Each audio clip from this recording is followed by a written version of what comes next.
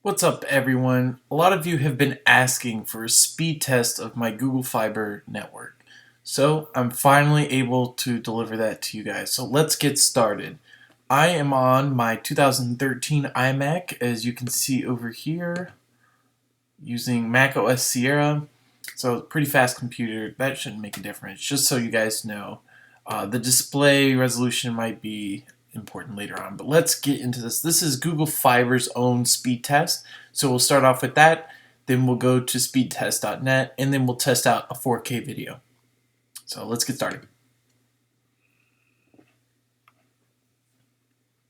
So the theoretical maximum here is 1000 megabits per second, which is 1 gigabit. And that is a lot faster than a lot of you guys have been telling me that you guys have. I've heard things such as less than 100 megabits, maybe some of you have 200, 300. There may be some of you with less than 10 megabits per second. And so while that definitely sucks, Google Fiber is expanding at a very slow pace, but it is in some select markets in the United States. So definitely look out. It's about $70 a month, as I said in my previous video.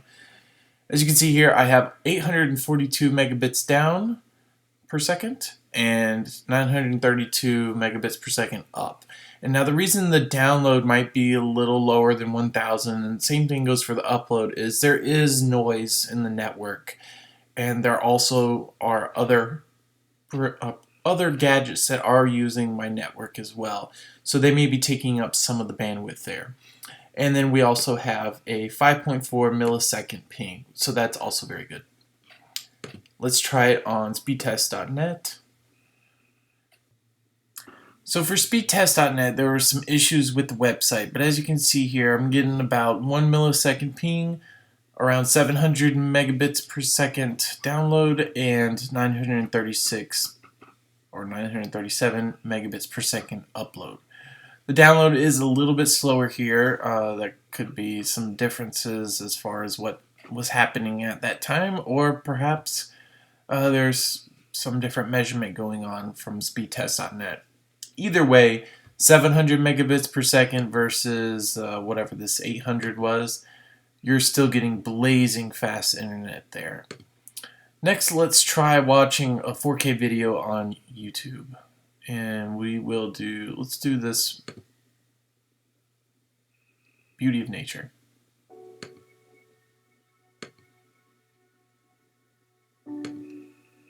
And as you can see, we have it on 4K here. And if you look at the loading bar down here,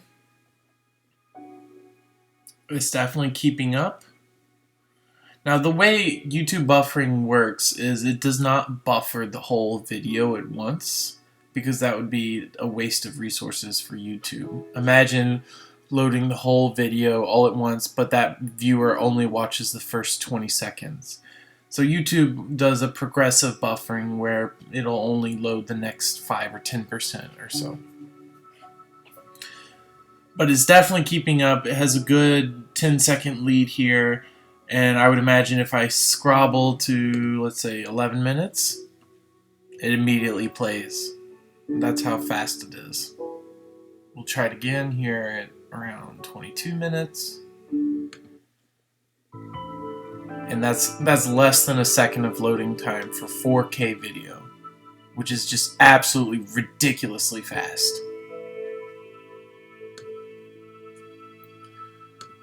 Let's do another one here. See, this video loaded automatically. Well, this one's 1440p. Next, we'll take a look at the speeds on my phone and my MacBook. Alright, let's do a speed test on my iPhone. So as you can see here, we're connected to the 5 gigahertz wireless network, which is my 5 gigahertz wireless network. 5 gigahertz is recommended for your wireless devices because the 5 gigahertz networks that you see in routers very often is actually much faster than the 2.4 standard gigahertz wireless networks that we're used to. Those tend to be very cluttered with lots of background Wi-Fi noise or other devices that don't need the speed, But in this case, things like iPhones, MacBooks, you definitely want to connect those to the 5 gigahertz networks so you can get those faster speeds. We should see about 350 megabits per second, maybe a little higher, maybe a little lower. So let's check it out. So I'm going to open up the Google Fiber application, and here we go.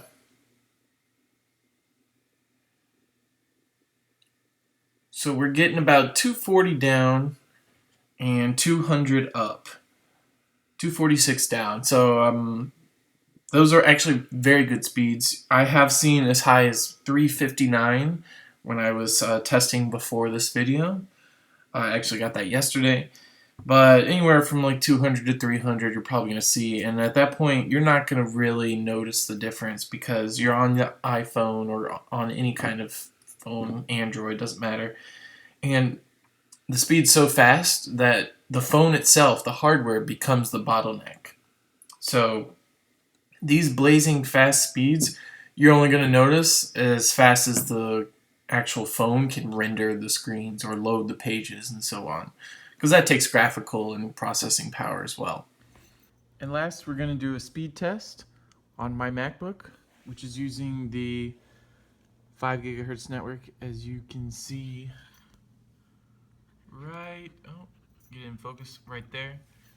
And so let's get started. If my dog allows me. Come on, get off. All right. Oops. So as you can see, we're pulling really good speeds right now. About 337 megabits per second. That's really, really good.